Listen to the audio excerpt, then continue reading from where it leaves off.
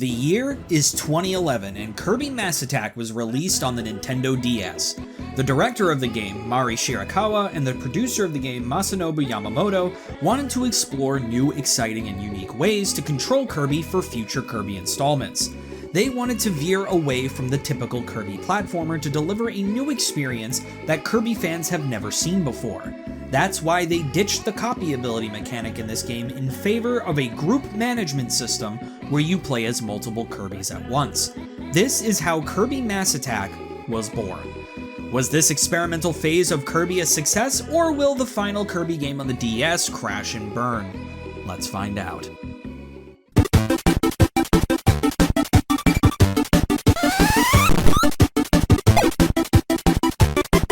In the south of planet Popstar, there is a collection of islands known as the Popopo Islands. Kirby is hanging out there when an evil being named Necrotius appears.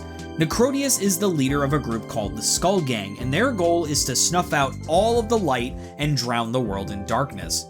What is he, a Kingdom Hearts villain?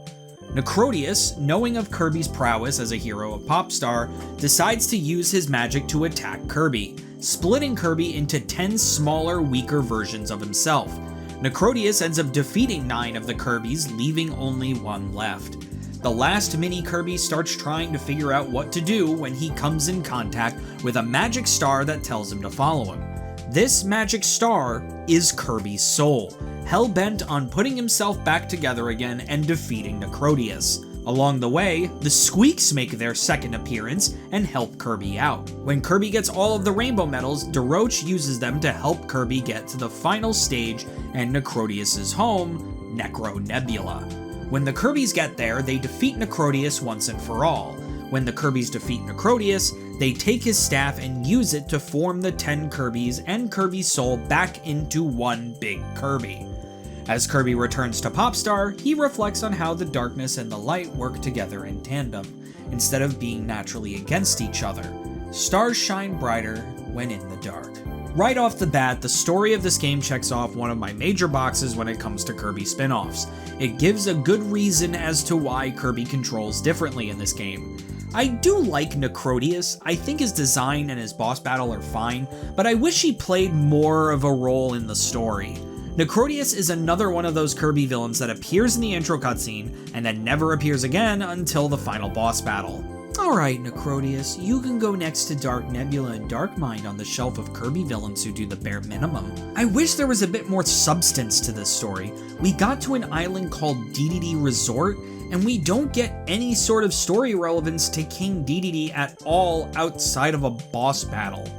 This story really just is the bare minimum. With all of that in mind, Kirby Mass Attack story gets my rating of a C.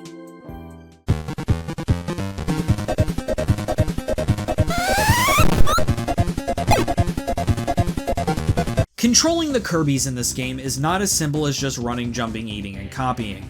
In fact, the copy ability is nowhere to be found in this game. It took me way too long for me to notice that there was absolutely no copy ability whatsoever.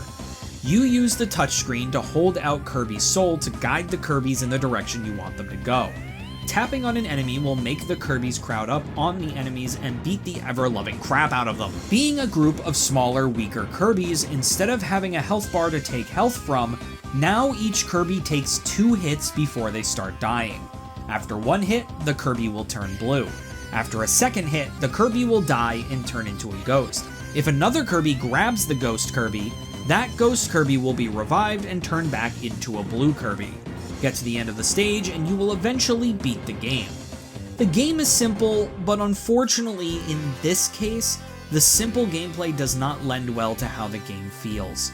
Unfortunately, this game is kinda bland. One contributing factor to this is the fact that the stages in this game are so long.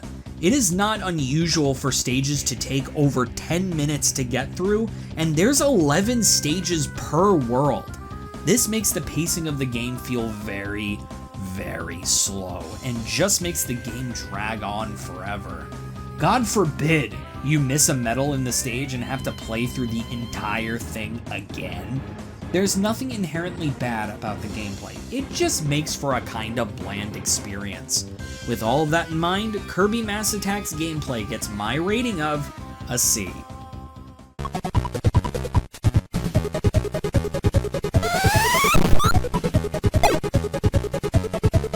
I have to give this game credit. The soundtrack of this game is very good. I love a lot of the tracks that this game brings to the table. Specifically, the main theme of this game and Necrodius' theme are huge standout tracks. The theme song has this bumping quality that reminds me of a March type song that can easily get stuck in your head, and Necrodius' theme is another amazing addition to the list of Kirby boss themes. The presentation of this game is also very good. Sure, at first glance it looks like your standard Kirby game, but the animation in this game is out of this world. The ways the Kirbys move, the enemy varieties, the boss designs, everything about the game seems like it was crafted with love. Presentation is definitely where the bulk of this game gets its good qualities from. With that in mind, Kirby's Mass Attack's presentation gets my rating of a B+.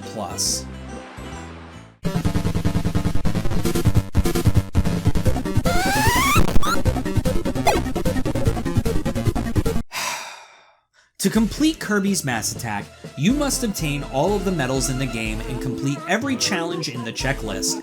Finding the medals really isn't so bad. None of them are very cryptically hidden in any of the stages, so you shouldn't have too much trouble getting the medals. Where stuff starts to go wrong with completion are with the checklist challenges. In order to complete the checklist, you must beat every single stage in the game and every single boss in the game without getting hit once. Can I say how much I hate challenges like this in games? If you want the surefire example of how I know a game doesn't know how to challenge its players, it's to give them a challenge like this. It is so difficult to get through a single stage without getting hit, especially when you are controlling 10 Kirbys at once. This is especially frustrating with bosses. Wispy Woods was difficult to perfect. That shows you how bullshit this challenge is. What do you get for completing the checklist challenges? You get absolutely fucking nothing at all. No unlockable, no costume, no title screen change. All of your troubles amount to absolutely fucking nothing. Fuck completing this game.